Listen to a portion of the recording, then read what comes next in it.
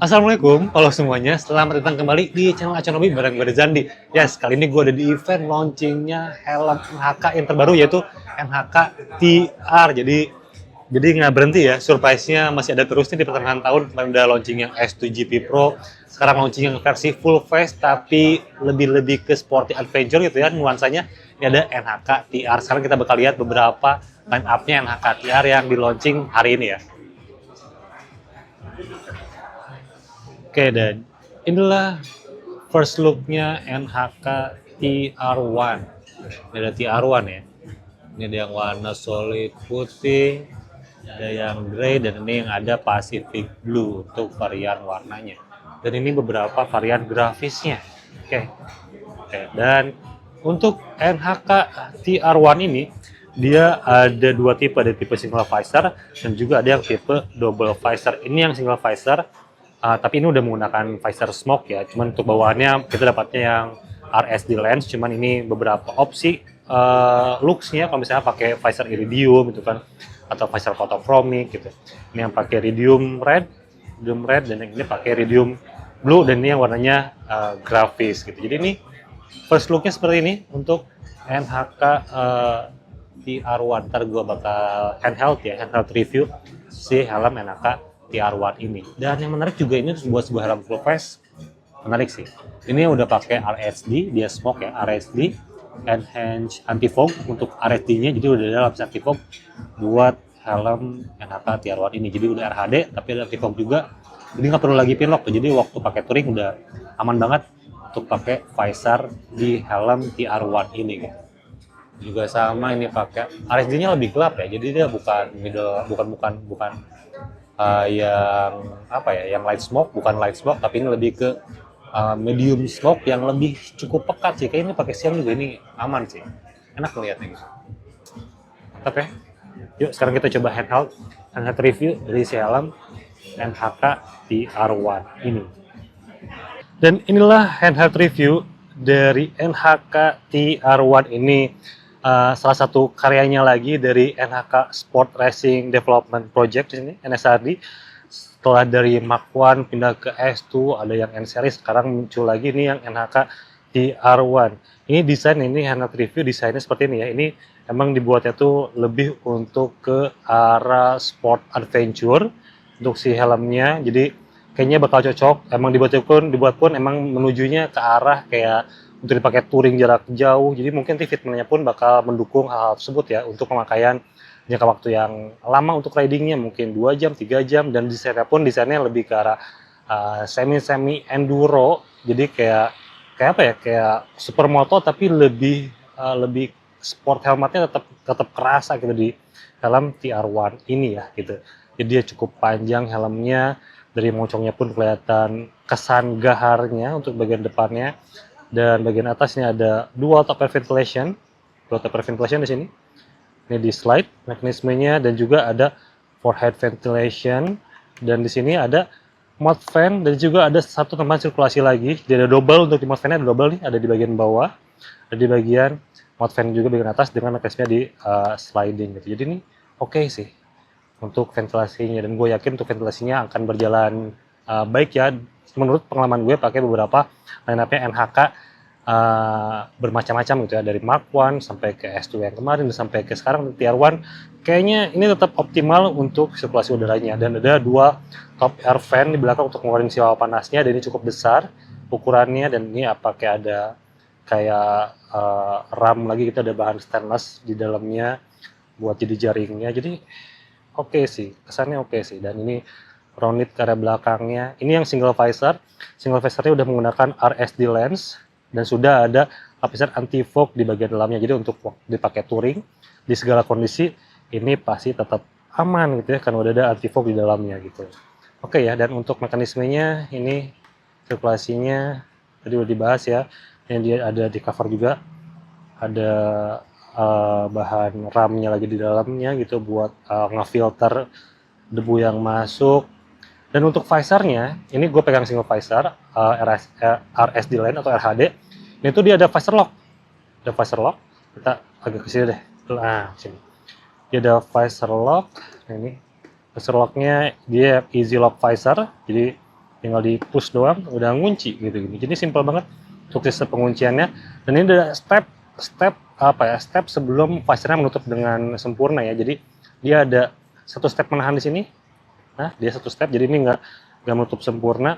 Itu fungsinya untuk sirkulasi udara ke area muka kita juga gitu ya. Jadi ini, dan juga tambah ke visornya juga, walaupun ini visornya udah anti fog, tapi ini ngebantu banget buat kita lagi riding yang tetap tertutup visornya, cuman pengen ada udara lebih masif lagi. Ini jadi nggak menutup langsung full gitu. Jadi ada satu step dulu di sini, dan ini menutup lagi gitu. Untuk di visornya dia nggak flat gitu aja, cukup dinamis untuk bentuknya.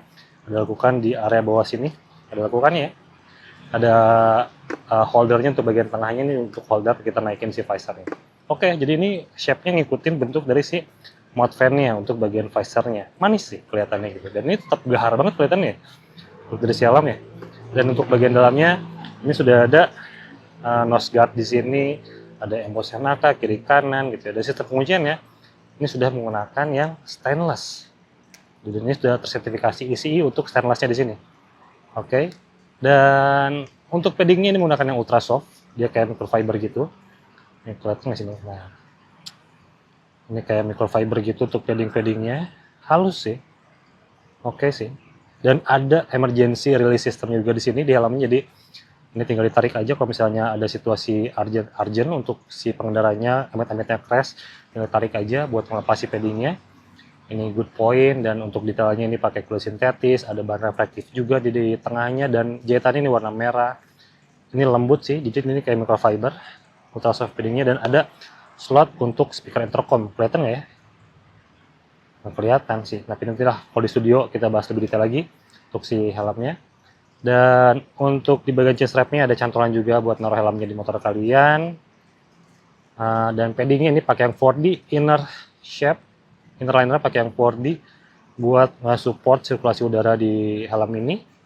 Dan lubang-lubangnya kelihatan gede ya untuk lubang sirkulasinya. Ini kayaknya adem sih helmnya. Bagian depan juga ini ada lubangnya tuh, lubang paddingnya kelihatan. Ada 3 buah lubang. Dan ada chin curtain juga di bagian bawahnya.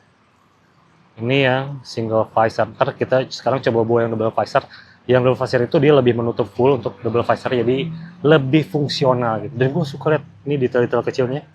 Ada di buttonnya ada NHK helmet gitu. Ini gue suka kayak hal-hal kecil kayak gini. Cakep sih ya. Gimana menurut kalian soal helm ini? Juga bagian area bawahnya juga cukup meruncing ya.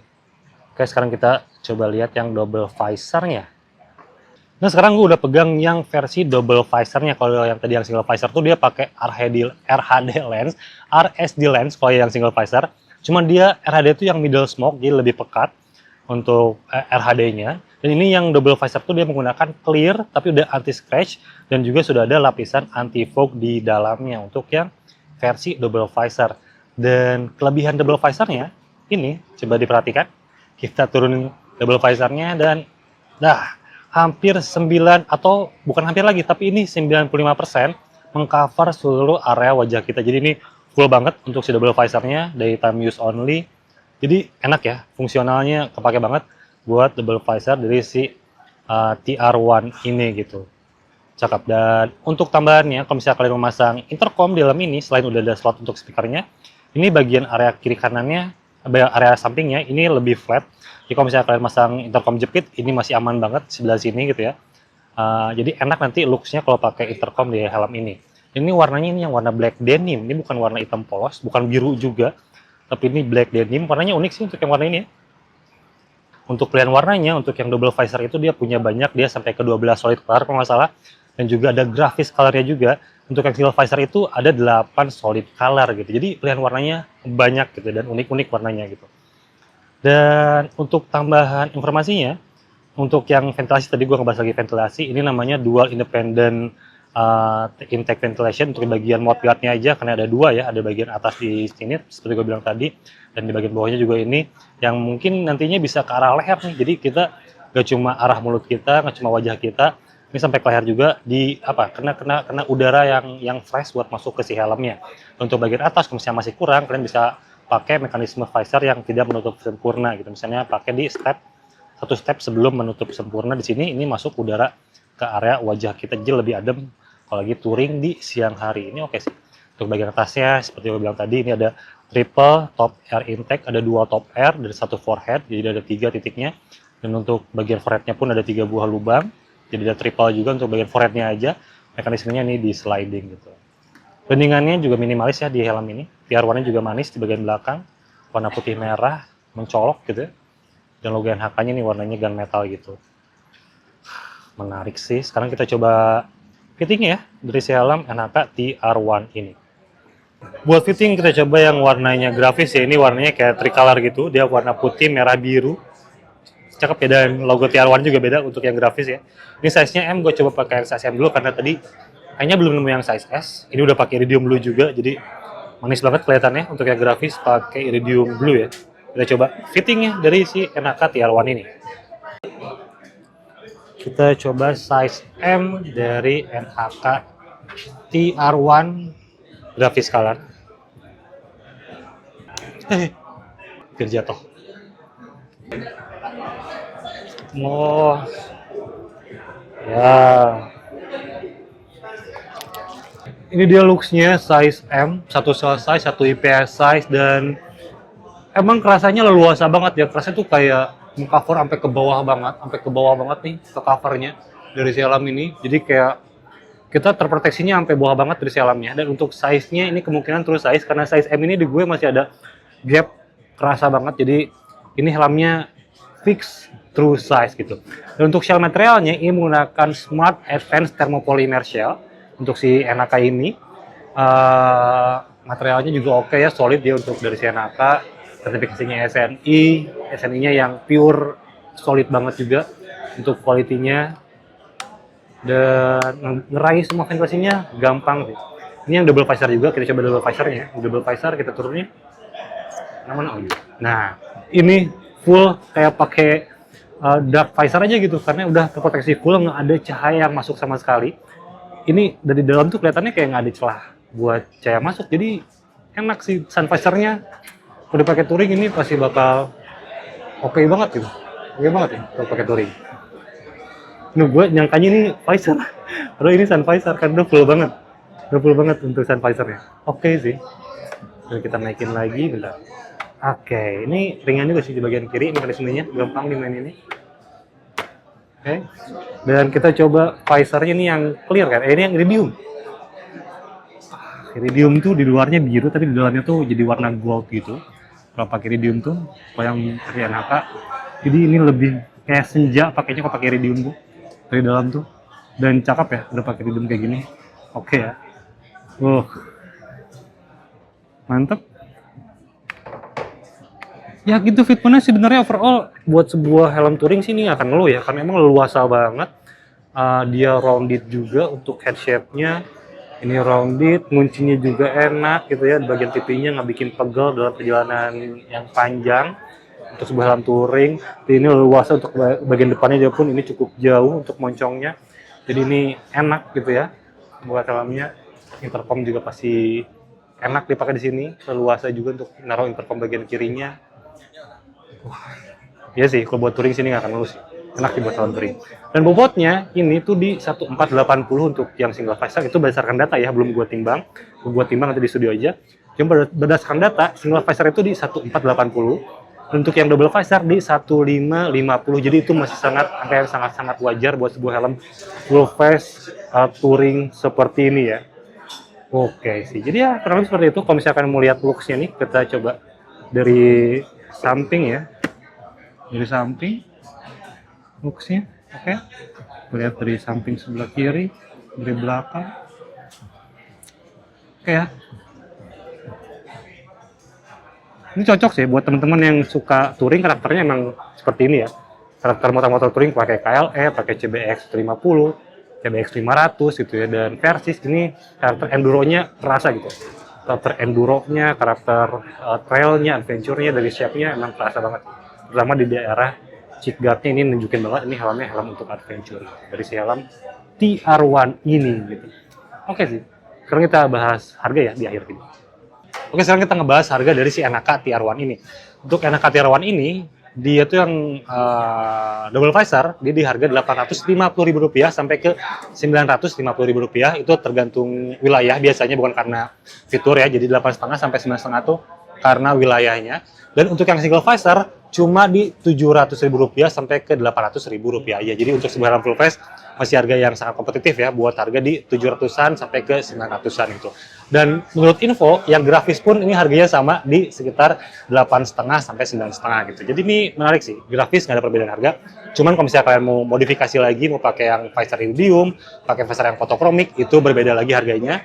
Jadi itu dijual terpisah untuk aksesorisnya, kayak iridium red, iridium blue, fotokromik visor. Itu fotokromik bakal pakai sih, karena fotokromiknya itu udah fotokromik, udah ada anti fog juga, jadi ya udah siap dipakai touring siang malam. Tinggal ngambil yang single visor, menurut gue ya, ambil yang single visor, beli juga secara terpisah fotokromik visornya, jadi udah komplit banget paketnya walaupun single visor, tapi ya udah pakai fotokromik kan. Jadi itu kalau menurut gue kayaknya cocok sih. Cuman sayang kalau misalnya nggak ngedapetin fitur sun visor yang emang full coverage seperti tadi, dia full banget nutupnya 95%, udah menutupi wajah kita. Jadi kayak pakai dark visor kalau pakai single visornya turun ya gitu.